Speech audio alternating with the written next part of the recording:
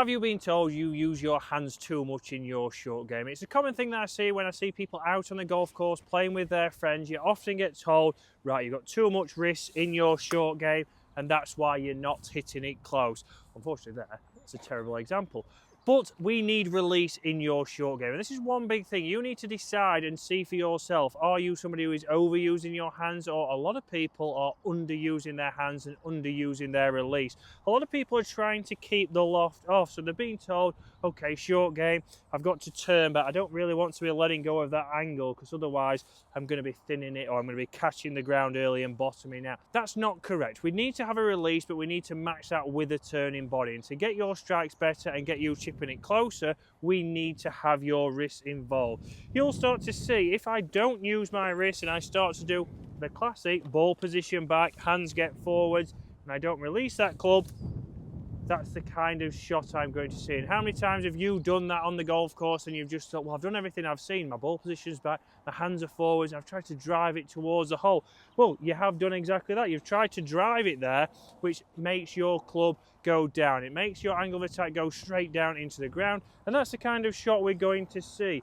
Obviously from there, we can still get the ball coming out nice and low and a good strike from the ball position being back if we have a little bit of release. So you see there, still bottomed out a little bit early, but I got a strike because I released the club. So the release actually helped me there, even though I caught the ground before. And that's where, obviously, we need to match that in with your setup.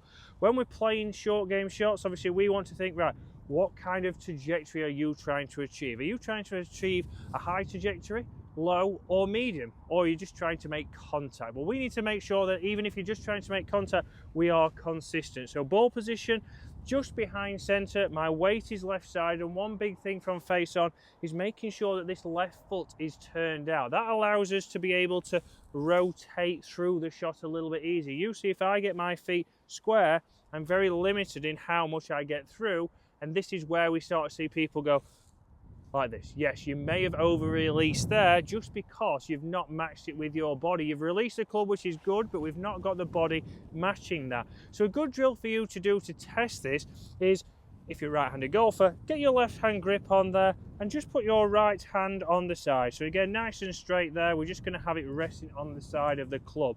And we're going to make some swings here. I want to keep that hand on the club and get it working. If you're somebody who doesn't release the club, you're going to start to do this. This club's going to work away from your right hand. So we're going to get an understanding going, right, that's why I'm not consistent. That's because I'm driving the club with my left hand. Again, if you start to see that you're bottoming out earlier, we're in this position, we can see that we're obviously overusing that right hand because the body's not working correctly. If I get into that position, I can see, well, I've released, but the body's not turned at all. So from here, you can start to try and hit some shots. So obviously try and get a feel that, right, I'm letting that club, that right hand just stay on the club, a few swings there, and then come in here, weight left, left foot turned out, and you can see there, a little bit to the right, but look at my body, turn through, the club is out in front of me, matching my spine angle. There, I've just aimed a little bit right, so I've got a higher ball flight there. So this is a 60-degree wedge, obviously there for me. If I wanted to get a little bit of a lower ball flight, I can change club. But a nice drill that you can do there to see if you are somebody who's not releasing the club and to see why you are misstriking your chip shots, because this year, if we can get you chipping it a little bit closer, we can get your scores down by getting the ball closer to the hole, less putts, and we'll see you